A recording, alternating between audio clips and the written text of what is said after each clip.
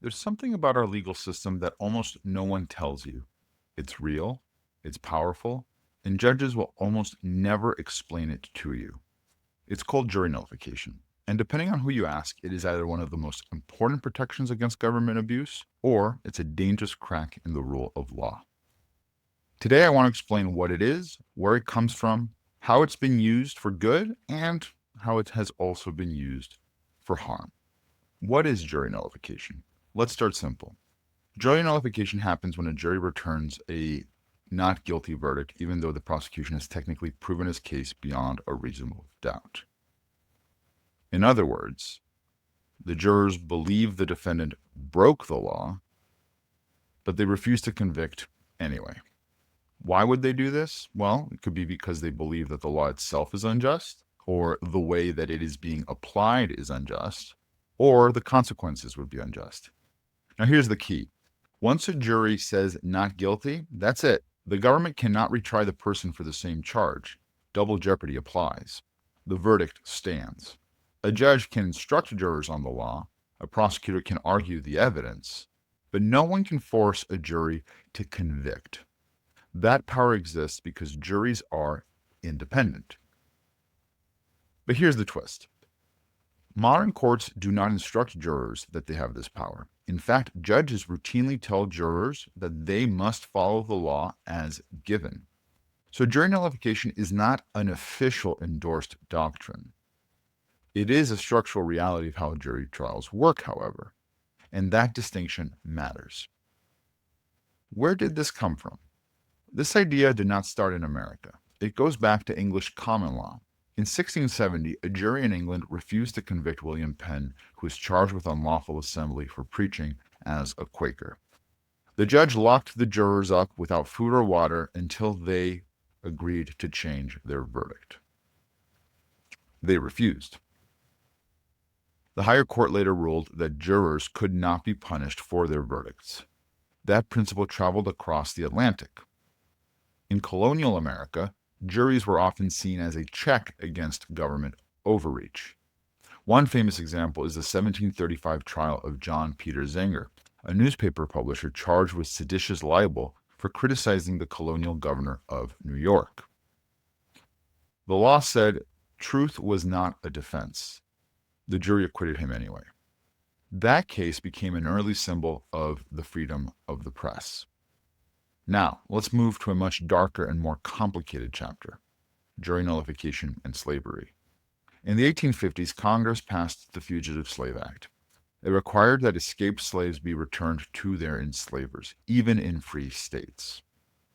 Many people in northern states believed that that law was morally wrong. So what did some juries do? They refused to convict people accused of helping escaped slaves. That is jury nullification used as a moral protest. But here's the uncomfortable part. The same mechanism was later used in the Jim Crow South. All white juries sometimes refused to convict white defendants accused of violence against black victims, even when evidence was overwhelming. That too is jury nullification. It's the same power, but with a very different moral posture. Now, this is why jury nullification is controversial. It is not inherently noble. It reflects the conscience of the community, and communities are not always just. Let me talk about another example. During Prohibition in the 1920s, alcohol was illegal nationwide, but public opinion shifted quickly. Juries started acquitting people charged with alcohol offenses, even when the evidence was strong. Prosecutors had trouble securing convictions because jurors simply did not agree with the law.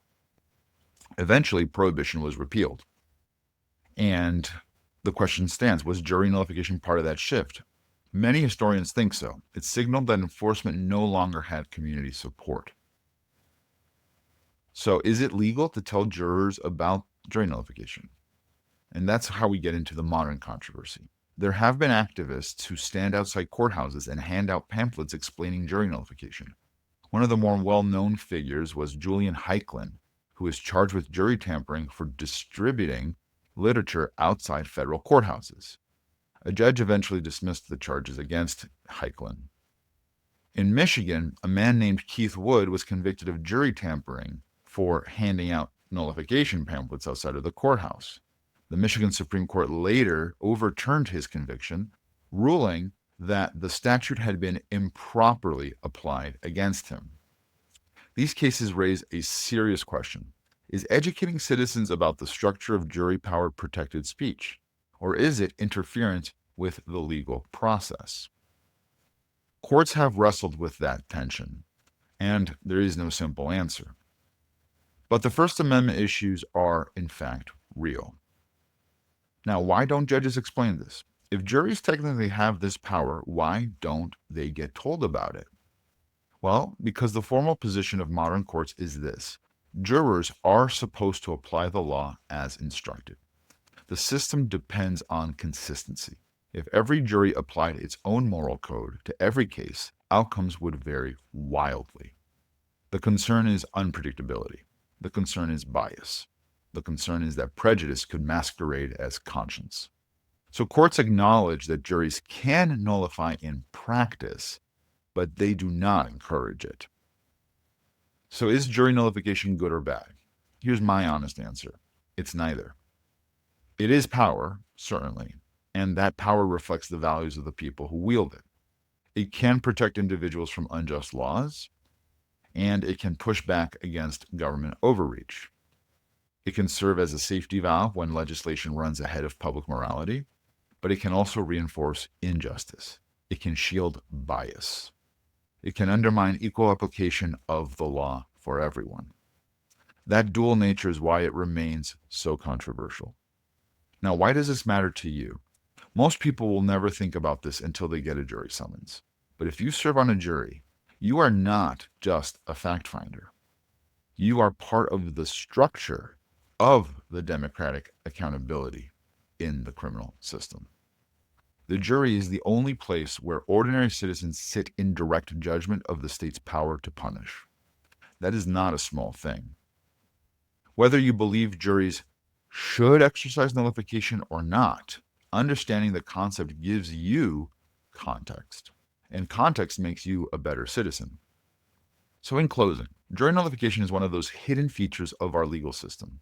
It has shaped history, it has protected liberty, it has also protected prejudice. It is powerful, uncomfortable, and very real. And whether you see it as a safeguard or a flaw, it reminds us of something important. In the end, the law is not enforced by statutes alone. It is enforced by people. I'm Joel Chorny. Your rights matter. Protect them. Stay safe. If you like this video, subscribe so that you see the rest, and I'll see you in the next one.